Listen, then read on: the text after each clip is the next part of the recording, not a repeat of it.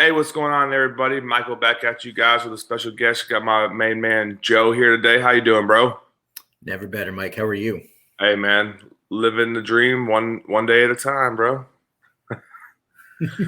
Hey, so we're at another episode of coming from military to civilian life and the transition, the ups, the downs, the ins and outs. And if you don't mind, Joe, go ahead and tell everyone that's listening what branch of service were you in? What made you join the military when you were younger, and then give us a couple, things that you might have done in the service, and bring us up to the point where you were getting ready to think about getting out of the service, if you don't mind. Appreciate you being here as well, bro.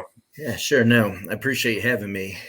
So back in 95 or so, when I was getting ready to graduate high school, I had a few different recruiters in the school and talked with them. And I was most impressed by the Marine Corps recruiter. And so I invited the recruiter to come to my house to meet my parents, decided that's what I wanted to do. Had a couple good friends who were a little bit older than me who had just enlisted in the Corps.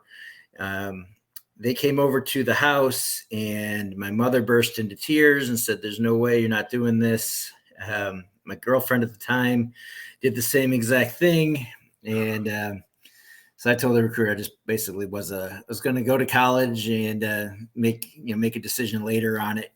Obviously, he was trying to make his quota, wasn't real happy about it. But 3 years later, in '98, I decided, after more or less failing out of community college, and I had found a good job. I was managing a large movie theater and making good money for a 21-year-old at that time. But I just knew that wasn't what I wanted to do for the rest of my life, and I'd always wanted to be part of something bigger than myself. So I ended up enlisting in the Marine Corps in '98. Went to Parasylum. A little bit older at 21. I think I was able to handle the mind games pretty well, and made it through, loved it. And in the end, I think it's the best decision I've ever made, enlisting. And I think that'd be the same regardless of which branch I had gone into. So when I went in open contract, because I really didn't know what I was doing. Parents were a couple of pretty much hippies, and Okay. my grandfather had been in World War II, but really never talked about it. So I really had no guidance on, open contract could be the worst thing you could ever do, maybe. But I got a job as combat correspondent, which is Joker in Full Metal Jacket. So I was basically a reporter with a rifle. Okay. The Marine Corps, of course, you're a rifleman first, and then your job is second. But I had been going to college for TV production, and I'd always wanted to be two things: a journalist and a Marine, or a soldier or whatever it might have been. I didn't really wasn't specific with my childhood dream, but so I was achieving both at the same time. They sent me to journalism school, defense information school, and loved the job. I got to see something different every day, and worked as a staff writer on the base newspaper in Camp Pendleton, California. And I really wanted to travel and see the world. I had been, I won't say stuck, but I grew up in Rochester, New York, and didn't see much more of the world than that until the Marine Corps. So the Marine Corps promised to send me to all over the world. I didn't know it was going to be all the worst places in the world. So I started lobbying heavy, talking to my master guns every single morning, saying, "Hey, put me on a MEU," which is a Marine Expeditionary Unit, so I could be forward deployed and get to, go do a Westpac. And I was forward deployed when 9/11 happened. So I was in Darwin, Australia. It was about 11 o'clock at night. We were just on our first night of liberty since leaving California, actually, and we were just finished up training with the Aussies. And I was in a bar. All of a sudden, lights came on in the bar. Some guy jumped up on the bar, said, "All Americans, get out, go back to your ships." I thought some Marine had killed somebody in a bar fight somewhere else in town, and we were getting kicked out of town. Went outside the bar with everybody else, and it was just mayhem outside, and everyone's trying to get back to the ships. We're hanging on the outside of buses, on top of cars, everything to get back to the ships.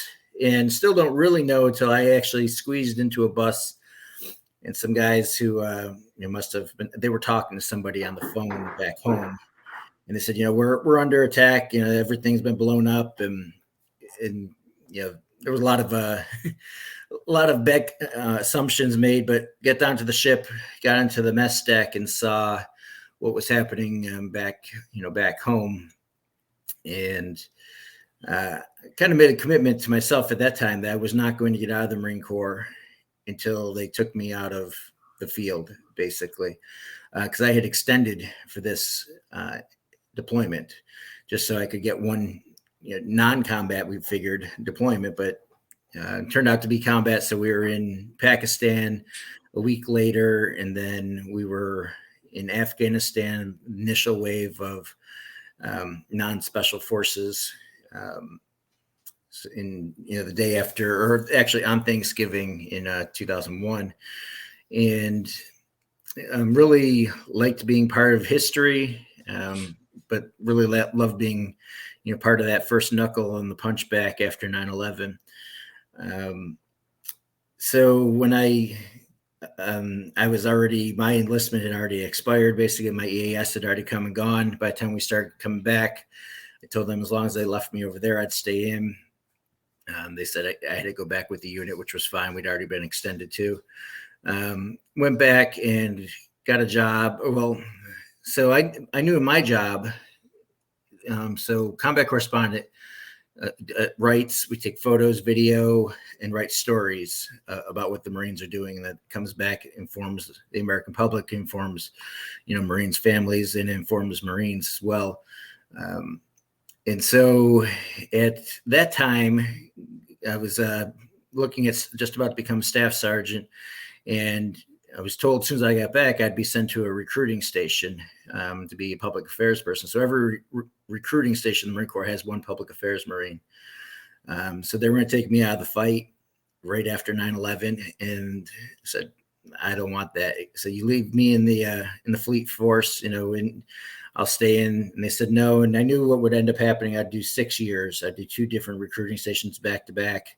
And by then I'd get out of recruiting duty, and I would have been E7, never would have got my boots dirty again. So I decided then that I'd have to try to figure out some other ways to support the effort. And so I went into reporting. When I came out of the Marine Corps, so on the morning of 9/11 Australian time, I got a rejection letter from a college. So I had felt I had learned self-discipline and focus skills that I didn't have before I went into the Marine Corps. So my job was to go back to college, complete my degree, and become an English teacher, and go hopefully teach high school or something like that. But I got a rejection letter. Basically, the college said, no, you did poorly in college, and we don't really know or care if you've grown up since then. But when I came out of Afghanistan, I had 6 different newspapers that were had been calling headquarters Marine Corps saying, how can we, interview that guy? So I was really blessed, because being the only combat correspondent in Afghanistan for a while, my stuff that I was producing was on the front page of every newspaper in the world. Wow. For a while. Photographs and video of the first firefight that Marines had in Afghanistan, photos of the first detainees that we had. I was really blessed to be in the right place at the right time, numerous times. So I decided I wanted to stay in the community, though. And so I went to work for Leatherneck Magazine, which is owned by the Marine Corps Association. It's a magazine, a monthly magazine specifically for Marines, specifically for enlisted Marines, really. But while I was working there, I got a call from the guy who had been my captain, my boss in Afghanistan, and he told me he was going to Kuwait for exercise internal look. So, all right, great, Dave. Have a fun time going back to the sandbox. And then after we hung up, I realized what he was really saying, and I called him back and said, if I volunteer to be involuntarily recalled, promise me I'm not going to be stuck at some base answering phones. I'm going to get to go over with you. And he said, absolutely. So I I volunteered to go back in, and um, I was able to stay home for Christmas for the first time in a couple years, and then right after Christmas, I was mobilized and sent over to Camp Pendleton, where I was then held for a month so that I wouldn't get 2 months of combat pay. Tax free. So then they sent me over to Kuwait, and I was over there for the build up, and then the initial about almost a year in Iraq. And again, I said, as long as you keep me here, I'll stay in. Once you send me back, I'm getting back out. And um, that was really the end of my military career. Now I'm too old, too fat to ever go back, even if we go to war with China or Russia. They're not gonna take you back with a waiver. They're I'd not gonna go. get. I They would might go get you back in there, man. if they can do it. I know a lot of congressmen now. I'll get someone to write a letter. Yeah. I was gonna say, man, you get a character statement on your behalf. You might make it in, dude. So, you were pretty much just like buying your time by saying, "Hey, if you let me stay over here, I'll keep going." And they're like, "Yeah, no," like for the most part, "Yeah, no problem. Yeah, no problem." I And got too then expensive. you got too expensive, yeah. So like what? So did you ETS out of the Marines the first time you said like you got out, and then before you came back in, like you got all the way out? Yes. How'd that look like, dude? Were you like you had that job with Leatherneck Magazine? Did you like was it an easy transition because you had that job lined up, or like what that look like? Did it seem like you ever stopped? Family life was good, everything was still good. Did you struggle with anything the first time, or what? So the first time, no. So Okay, I mean, I was living in a place that I'd never lived before. I was living in Northern Virginia, just outside of Washington, D.C. I was working at Quantico. okay, That's where Leatherneck Magazine is based.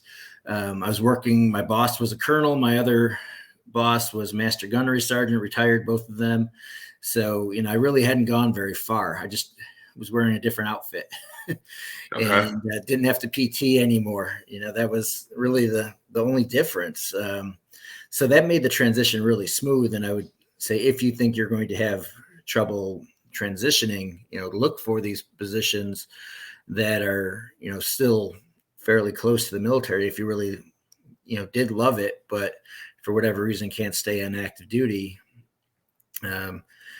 So that gave me the comfort level. But when I got back from Iraq, I went back to Leatherneck Magazine, and then I left Leatherneck Magazine. I started pursuing higher career goals, and I became a staff writer for the Military Times, for Army Times specifically, and became a reporter with them.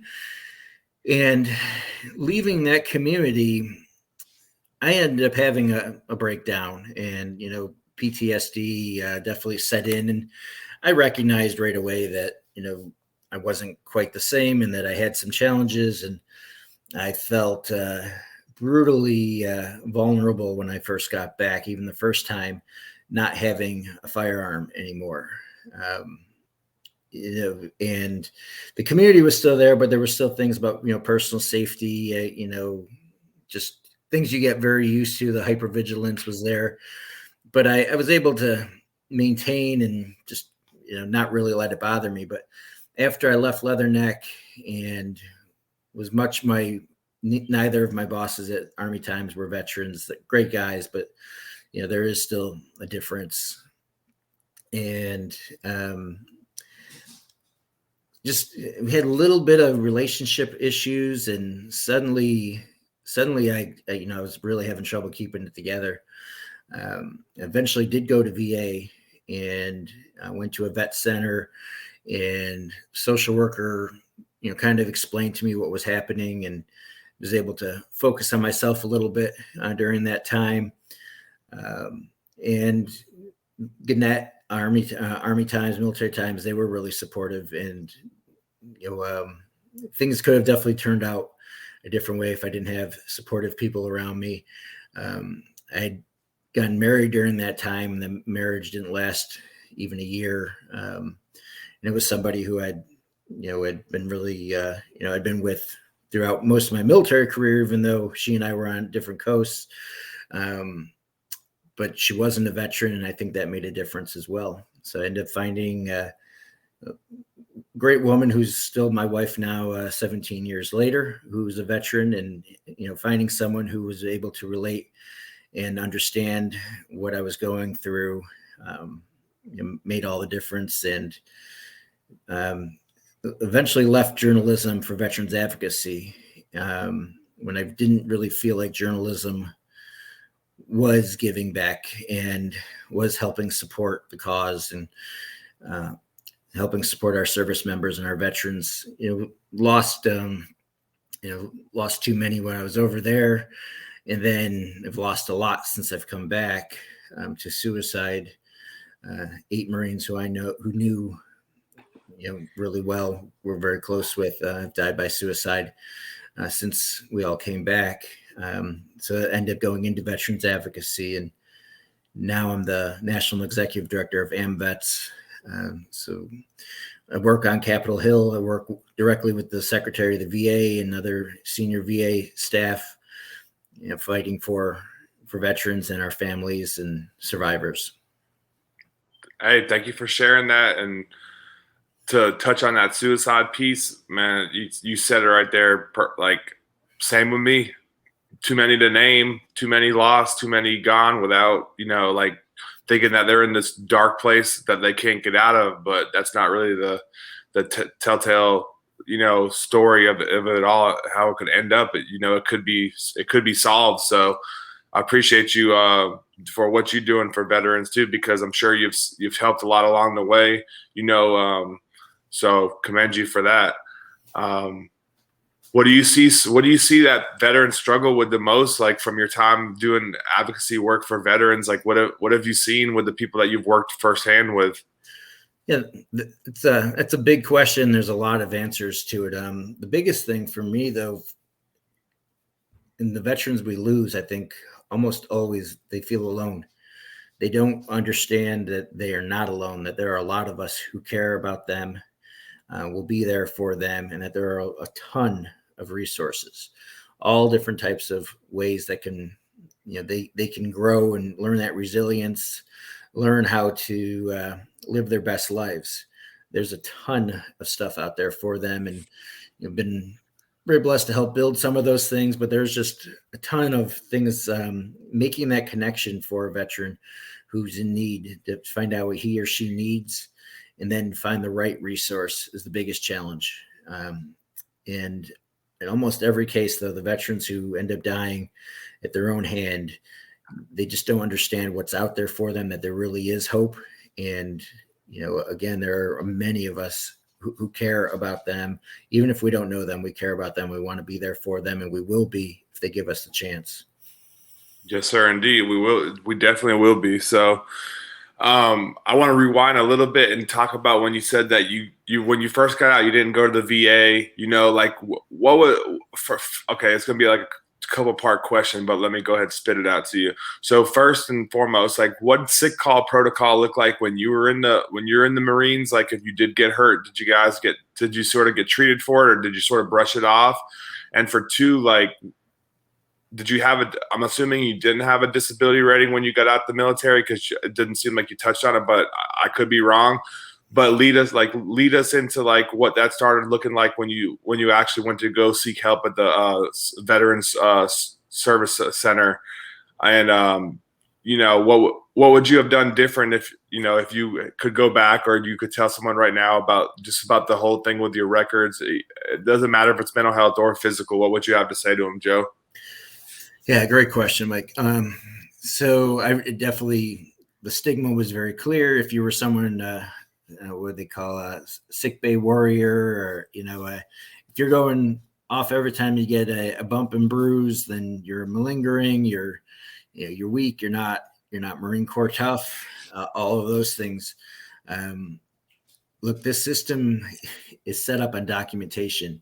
And if you're a Marine or a soldier or a sailor or airman or coastie, or I don't know what the Space Force calls themselves. I don't even know, man. Aliens? I don't know. But look, get things documented. You pull your back on the rifle range like I did, go get it documented. It doesn't matter if there's nothing they can actually do for you, right? Yeah. If I don't care really what it is. If something that's an injury that has, any possibility of coming back and haunting you later, go get it documented and get documented repeatedly. Um, so to your question about rating, yeah, I had a 10% rating that I didn't even know about. It was because I had to have surgery at one point when I was in, and so it was kind of an automatic. I was fortunate in that, but for most cases, people get out, they don't have a rating, they don't understand that once you're out, it's much more difficult to go back to the system. But Yeah. if you've already made that mistake, it's not Yeah. too late though. And look, I remember thinking to myself, look, I'm not broken. I don't need to take up their time when it's just going to make the line longer for somebody who is broken. Right. Yeah. And I knew guys who were a lot worse off than me. Right. But living the life of the military is hard on your body. You will pay for it later. There's zero doubt. Right. I don't care, even if you're flying drones or something, right? Yeah. You still were jogging on concrete for 4 years, right? Right. Oh yeah. Whatever it is, your body's going to pay for it later. And that's just part of the price. And, most of us are adrenaline junkies. So, but later, if it's not for you, do it for your family, right? There you go.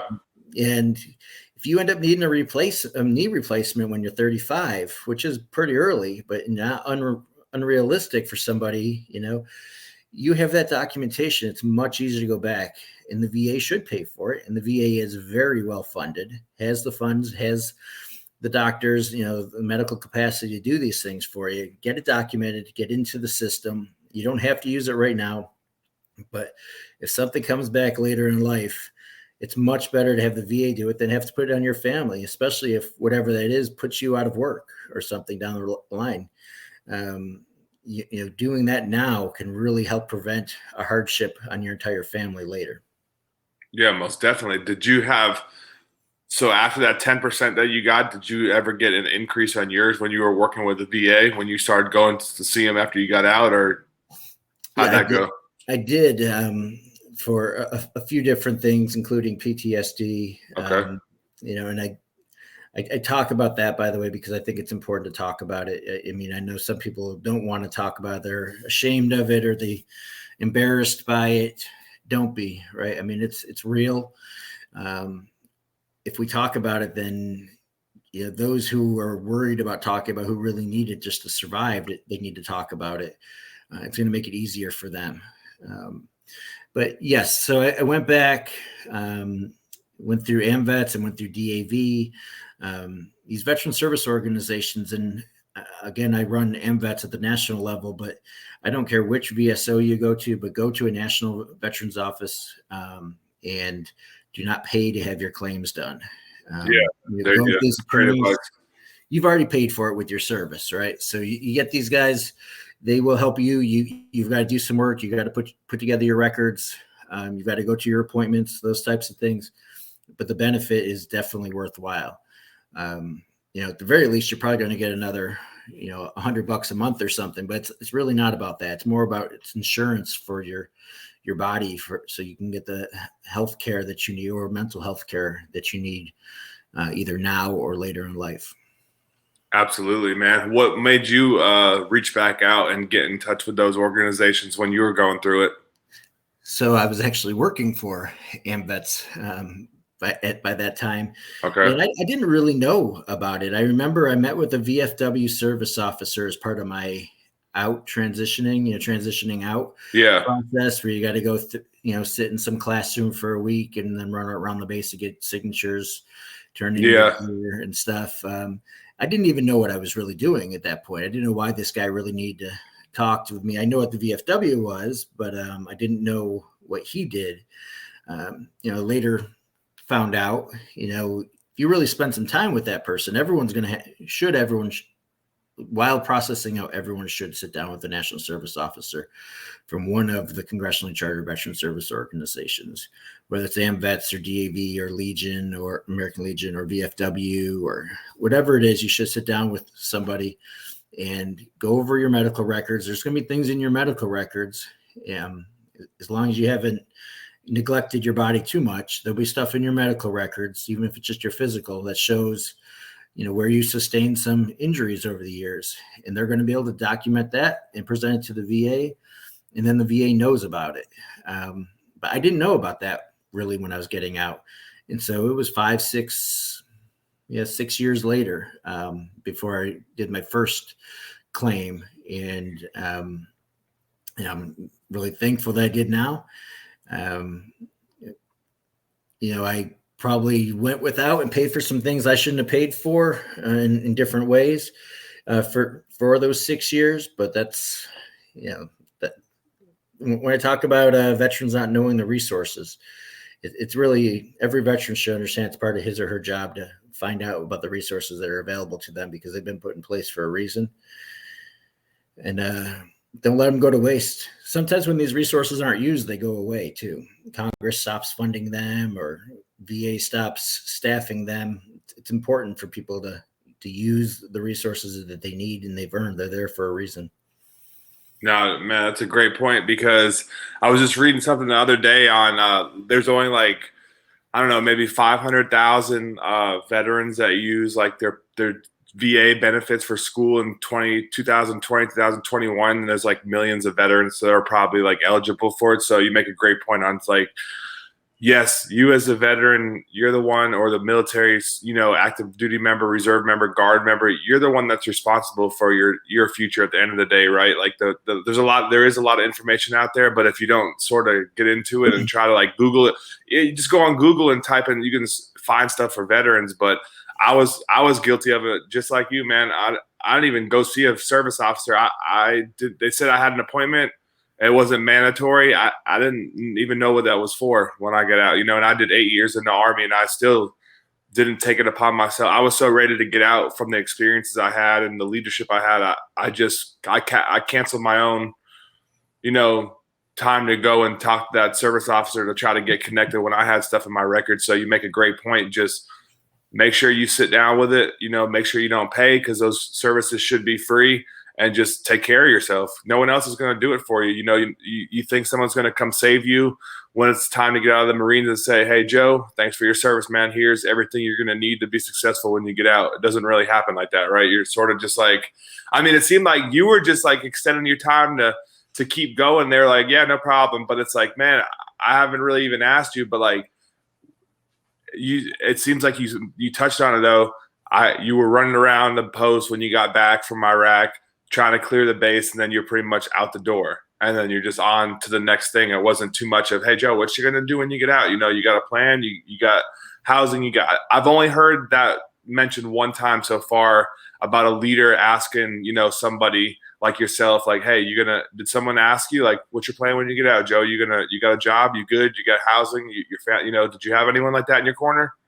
None whatsoever. No. That's crazy. They didn't. And I'm not going to say that. Nothing on them. There was nothing built into the structure. Right. And there still isn't. Nowadays, when he gets out, they've got to go, you mentioned it was optional to go see a veteran service officer, but it was mandatory for them to go see the chaplain, right? To get the chaplain to sign off. Yeah. There you go. For your barracks manager, for the library, when I got out, you had to go. I didn't even have one of these base library cards. I still had to go sign, but they don't make you mandatory to actually go talk to somebody about your future. And then we wonder why we lose so many veterans, and why, unfortunately, so many veterans end up spiraling into homelessness and these other things that, financial instability, a lot of the triggers that end up, pushing somebody over the edge. Our system still has a long ways to go to really be able to take care of the service member post-service. No, dude, absolutely. Because it doesn't really matter if you're like, even like if you're E7, E6, like if you're living check to check in the military or whatever you're doing, and then like you get ready to get out and you don't really have that, just say you're going to ETS, so you're not going to have a retirement check, and maybe you didn't have any disability, or you didn't, and you get out, all your money's going to stop, man. Like and you still got to live, you still got to put food on the table. So it's like it's so important to have like a couple plans, probably, because plan A might blow up in your face, as some people's did.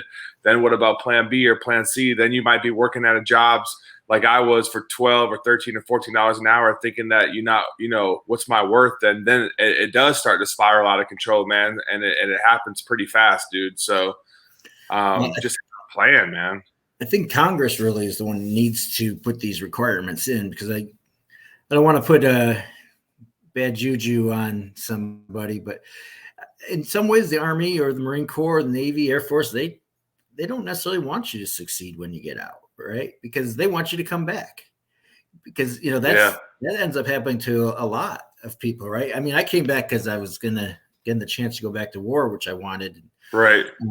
But a lot of people end up going back because their plan A fell apart, and so now they're back in, and maybe they got out for a reason, right? But that doesn't really matter anymore, because now they're getting forced back in. I'm just saying sometimes the system is set up for us not to succeed afterward. And so you really got to take the reins and make sure that you're setting yourself up for that success, or, at the very least, have a plan A and a plan B, make sure that plan B is fail safe. For sure. What was the number one thing you think you struggled with when you got out? When you look back out and now, what do you think was the main thing or things? Yeah, it was slowly eroding the sense of purpose. That's purpose. Yeah. Yeah. A lot. I've heard that a lot. I mean, even for me, man, it's like, dude, you go from doing all that stuff, like you said, you're putting all your content, all your stories hitting. I mean, that must have been a high point in your life, dude. Honestly, just thinking of that, because you're so much exposure. You're doing, you know what I mean? You think you're doing stuff. You're doing for the greater good. It's not just about you. You don't care about to get publicized like that. But obviously, you're the only one out there doing it. And then you come back and it's like, dang, man, like, what happened? You were charged with doing so much stuff. So I get that, man, because I feel like I struggle with it too when I got out. But go ahead. Sorry, I didn't mean to cut you off. No, you didn't cut me off. No, you're good. Yeah, no, I agree with you. I mean, there's definitely there was that sense of, I think I said it earlier, sense of being on the front edge of history, being there for the initial invasion for both times, and knowing that every day I'm documenting history, and just living what probably seems like a surreal life. It seems surreal to me. When I enlisted in '98, I had no idea there was going to be a war. September 10th, 2001, I had no idea there was going to be a war, right? And living all that, and then suddenly having it stop, you definitely get this adrenaline drawdown really rapid, and you can definitely be addicted to adrenaline. And the chemical reaction of not having that anymore can be really weighing on you, if that's something that was driving you, which I know it was for me. Yeah, probably just like plenty of other people that probably have that same rush, man, of like getting back onto it and keeping it going. What helped you the most get over that? Like what gave you the new sense of meaning? Yeah, no, I think that's the most important question. So finding ways in my professional life, to be able to help those who weren't as fortunate as me, or those who are still serving, that's been, my top goal, in everything that I do. And that goes back to, who my wife is, to understanding that, and understanding sometimes that means, not always doing what's necessarily best for myself, or you got to put others first at times, right, if they need it, right? So being able to find that, and then find ways to do that, and then to be able to see tangible results, that really is still today what carries me forward. Okay, good answer. What would your message be back to like old you, or just people that are still in the military right now? What would you want them to know after all the things that you've gone through, of your chance, or of your time getting out of the military? I'm one who likes where I am now, so I don't want to necessarily change anything, but to be patient, maybe a little bit more patient at times. I think I've always been aggressive, and I'm a strong believer in keeping myself uncomfortable, right? And feeling that's the only way to really grow. As soon as you find a comfort zone, you've been in that spot for too long. You're not moving forward anymore, right? So, but there's been some times where I was maybe not quite patient enough, maybe left a position or a project a little early. That's probably patience is a virtue for sure. It's not one that I necessarily have. Yeah, you're working on it though, man. I mean, dude, once you get out of the military though, you're not like in your military, you're not going to quit if you want to tomorrow. You know what I mean? Like you sort of that's sort of like I don't know, man. I've left jobs too, kind of quick, but I think we probably all have after getting out and actually having the chance to say, well, we don't have to come to work, or like we're not here for another 3 years and we have to go to deployment. So, but you're right, man. You got to be patient and find that right fit. Like you went through the magazine and you were doing your thing, but then you said like, hey, I got to switch gears and pivot to something better and sort of give back to the veteran community. And obviously you've rose to success and that, and you're doing great things. So I appreciate what you're doing for veterans, man. I'm sure it feels good, dude. Like even just doing this podcast and listening to people and talking to veterans and just sharing stories. I mean, that's something I love to do, even on the street. You know what I mean? Like when you're out talking to people, just hey, they got a hat on, or just talk to them, and you're talking to people from Vietnam I talked to someone yesterday from the Korean War. So it's like you never know who you're going to run into out there. So it's always nice to talk to other vets and stuff. Absolutely. No, that's my favorite thing about my job now is even when things are going rough and someone's talking about it. I know some people who don't think I want to hear about it, but that's the way we can help make it better. But no, I love talking to people, love listening to them. Everyone has their own story, and we can learn from every one of those stories. It's definitely my favorite thing to do. So most definitely. Hey, for everybody listening, and for me too, can you tell everybody a little bit about like what AM Vets does for for the veteran community, or what people might be able to seek help or guidance from your guys' organization? Sure. So we are like American Legion, VFW. Okay. We have posts all over the country. We've got about 1,100 posts. So that's the camaraderie, place. It's they're meant to be focal points of the community, specifically, a place the veterans can find, other veterans at and be safe and, have that. And there's a little bit of partying that goes on in those posts and all of that too. But yeah, so in Washington, D.C., though, our team, we work, as I said earlier, directly with the Secretary of the VA. I've worked with each of the last three U.S. presidents directly with them and different veterans advocacy. We were key in helping get the PACT Act passed last year.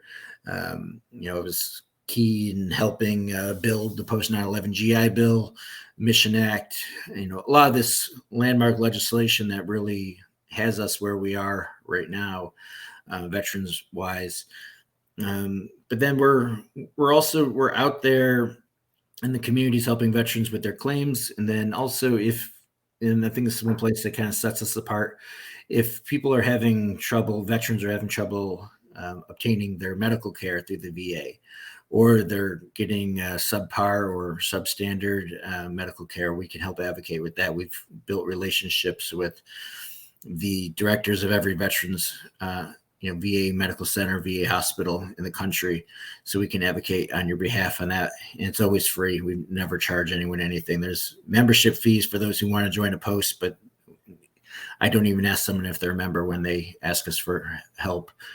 And one thing we've started over the last few years, you may have heard of Rolling Thunder in the past. Yeah. So we run that event now. It's a demonstration. It's called Rolling to Remember. It was a little trademark issue. So it's called Rolling to Remember. We have 40,000 motorcycles in the Pentagon parking lot 2 Sundays ago for over Memorial Day weekend. And it's really a demonstration, and it's advocating for our missing in action. We still have 82,000 U.S. service members since World War II missing in action. We believe in the promise that we'll leave no one behind, and this is our way of really putting in Congress's face. We're not letting you guys off the hook here. We have to keep looking for these people, it's obvious, majority, if not all, are likely, no longer living, but they have families who are living. They have friends and, comrades who are living who want that closure, need that closure. I think it's really important to send that signal that we are the only country that really commits to not leaving anyone behind. Then we also have the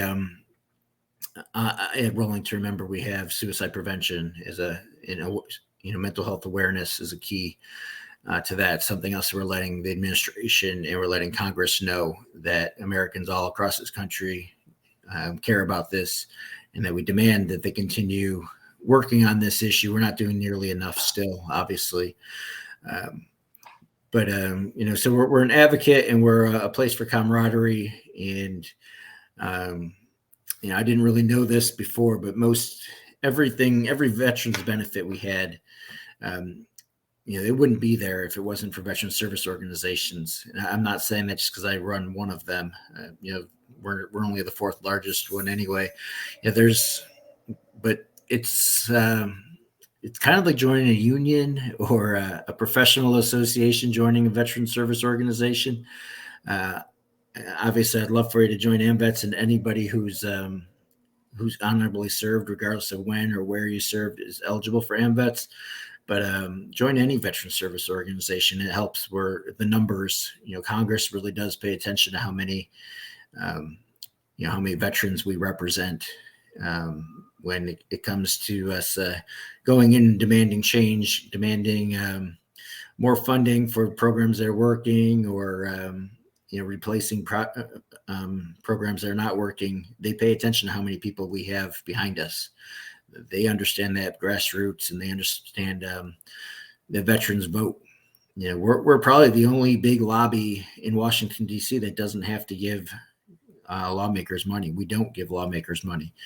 We're the only ones. And it's because the American people back us. As long as that is the way, we're going to be able to continue to be very effective advocates. But once that's not evident anymore, they will stop listening to us. And if that happens in our lifetimes, it'll be bad for us. It'll be bad for every veteran's family member.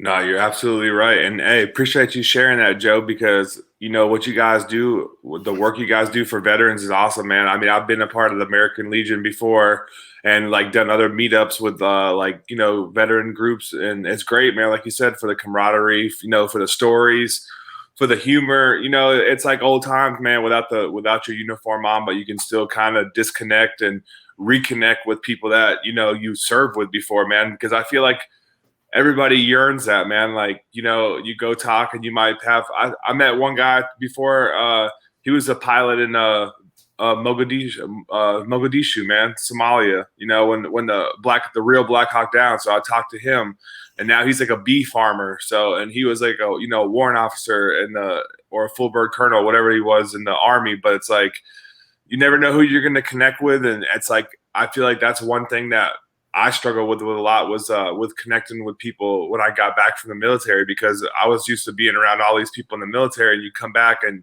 you're not around those veterans, like you said, when you worked even at the Army Times, and it's just different, man. It's not to say that it's not doable. It's just a different story when you're around people that really don't understand you. So I could feel you on that point, man.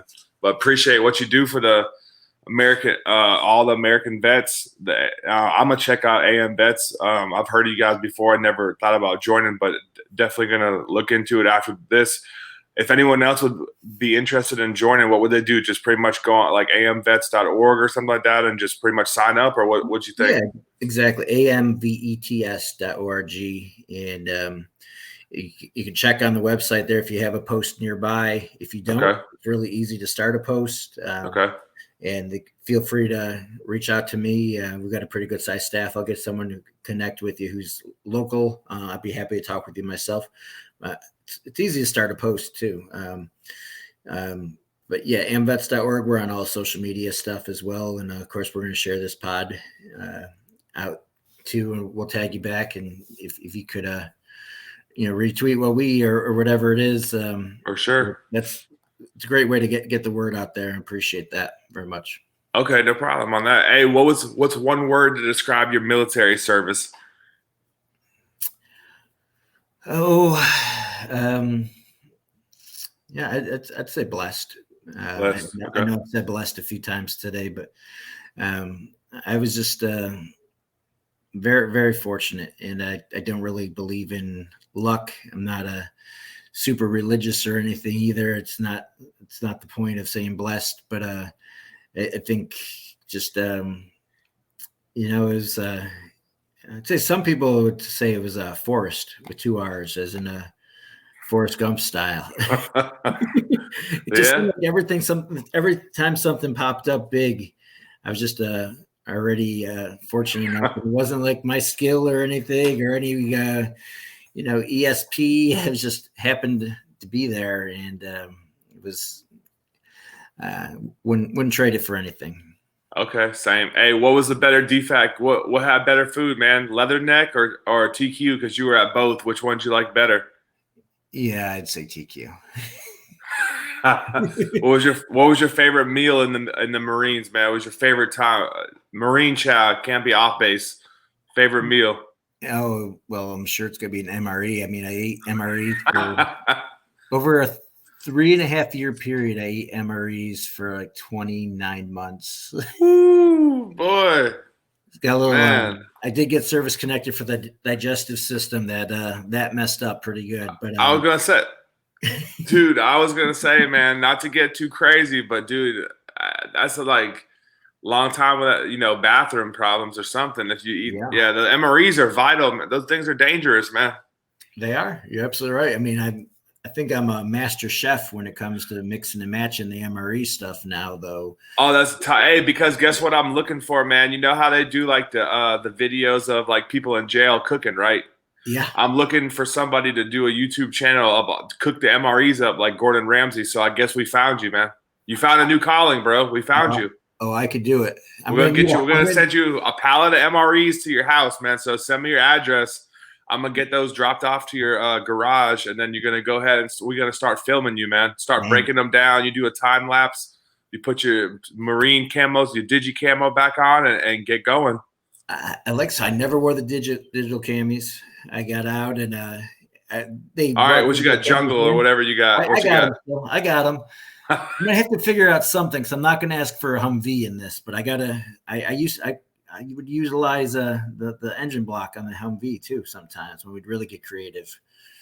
Oh yeah, what you need a Humvee? Then we could probably get you one, man. You Probably just could, gotta yeah. get a couple. You gotta get a couple videos down first. I know that you're serious, and then we can get you a Humvee, man. Make it happen, dude. What else? I'll, What else you I'll gonna get down need? to I'll get down to Belvoir or Quantico and see if I'll Just get sign one submitted. out, man. Just Yeah, put your uniform on, back out, go to the motor pool, tell them that you got Sergeant Major's told you to report, and get what you need, man. Go ahead. I've been looking for this, dude. I can't believe I found you today. So hey, if I find some private, I'll tell them they'll get me the Humvee keys.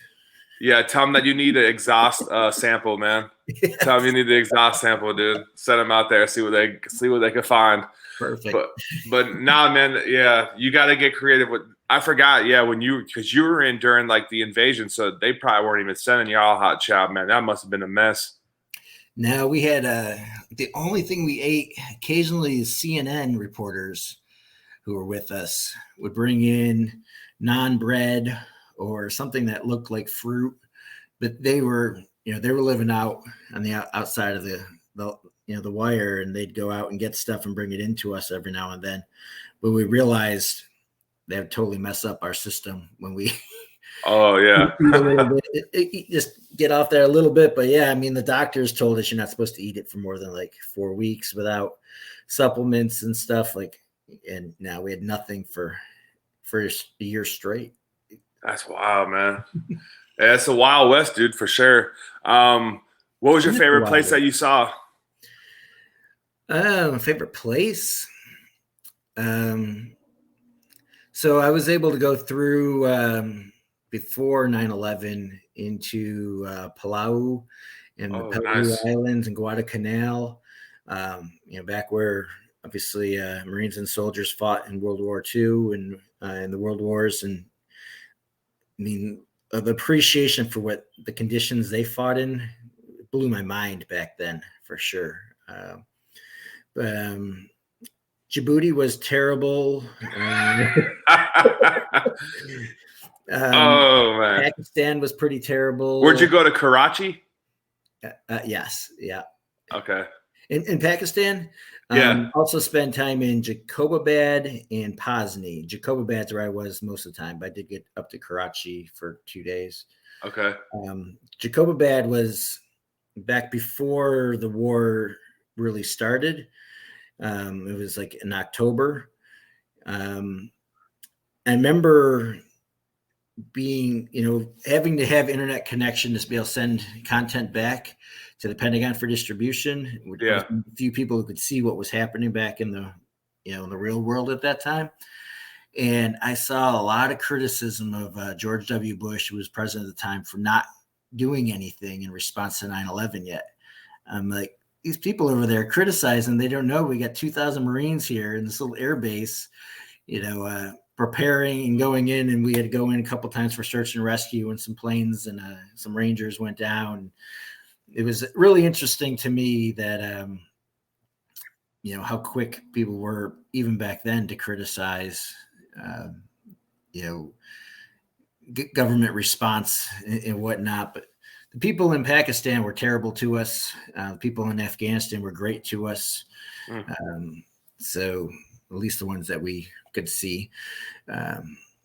So I'd actually, in the end, I'd probably say Kandahar, Afghanistan, just because I thought the people were amazing there. What about the smell? It's funny. And at the air base, I'm not talking about just out in general there, but I don't know if you went, did they have calf going when you were over there or what? Were they on that and everything like that? Like they were like not that long ago? No. So, I mean, the smell is, it's funny you say that because, so I'm up in Rochester, New York right now, and we got the Canadian wildfires going. I've seen that, man. Yesterday, I saw people up and they're like, yeah, go ahead. I went outside yesterday, and occasionally a smell is something that will kind of set me back. And I've worked through things. I'm not having like serious flashbacks or anything, but it tensed me up because the smell in the air yesterday reminded me of some of the smells in Afghanistan. Just that fire in the air, Yeah. That's wild. That's funny that we actually touched on that because it's like the modern day Kandahar. Everyone they have like they call it like the poo pond or whatever like there. So like once you like land on the C-130 or C-17, they open that back hatch. Like you already feel the heat. Like they got a blow dryer in your face for the most part, and then like they had that smell there. So that's what like Kandahar. They even had a Facebook page, man, like the poo pond at Kandahar or something like that. So that's why I didn't know if you were on that and heard about that little fiasco. I've heard about it. Yeah. So December 10th, 2001, we took the Kandahar airport. Okay. Back from, or not back. I mean, took it initially from Taliban.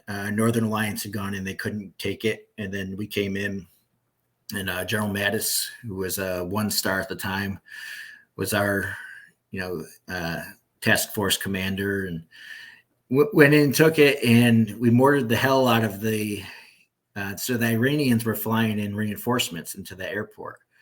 And so we mortared the hell out of the runway. And then when the Iranians stopped landing, we went in, took the base, which was an airport, a civilian airport at the time. First thing we had to do, repair the runway. Yeah, yeah, exactly. It's like, why the hell did we just blow this up? Sounds like the military, man. Let's go ahead and blow this up, and then y'all go rebuild it. Hurry up. Yeah. Broke out all. Did you ever get to Kandahar? Yeah, I was there. So those huge windows in the front of the airport? Yeah. Like 3, 4. We climbed all of those. We had to knock all the glass out. Oh, so gosh. During the fight for the airport, most of the windows were broken, and there's just shards of windows in there. Some there were. So we had to climb all of those by hand without ladders or anything, climb them just on the frames and knock out all the glass. And then we slept in the airport in the concourse there, and crazy. It was just the beginning of it all, and 20 years later, heartbreak and raging and all of that. And, didn't, not a happy camper with the way things ended there. Yeah, man, that was kind of crazy to see all that crumble, to say the least. But a lot of money, a lot of time, a lot of blood, sweat, all that, man, spent over there and just gone, dude. Yeah. But you got anything else that you want to touch on before we sign off for the day? No, I appreciate you helping amplify veterans' voices and getting people out there. And so my favorite thing to do is listen to people and be listening to people on your podcast. Appreciate it. Hey, Joe, appreciate you, bro. And appreciate, like I said earlier, appreciate what you're doing. Thanks for being vulnerable and sharing your story, man. I'm sure you're going to help someone out there, and if anyone needs Joe's help, you know where to find him. I found him easily on LinkedIn, and he said he's happy to help you guys. So am I. So if you guys, I got one more question for you. Do you have anyone that you can challenge to come on here and share their story?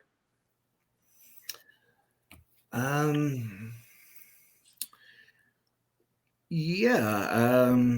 I should have thought of this one. So Bob Carey, in DC, I'd be happy to make sure he knows about this challenge. But Okay. he's a retired 06 Navy, so definitely going a different direction as far as.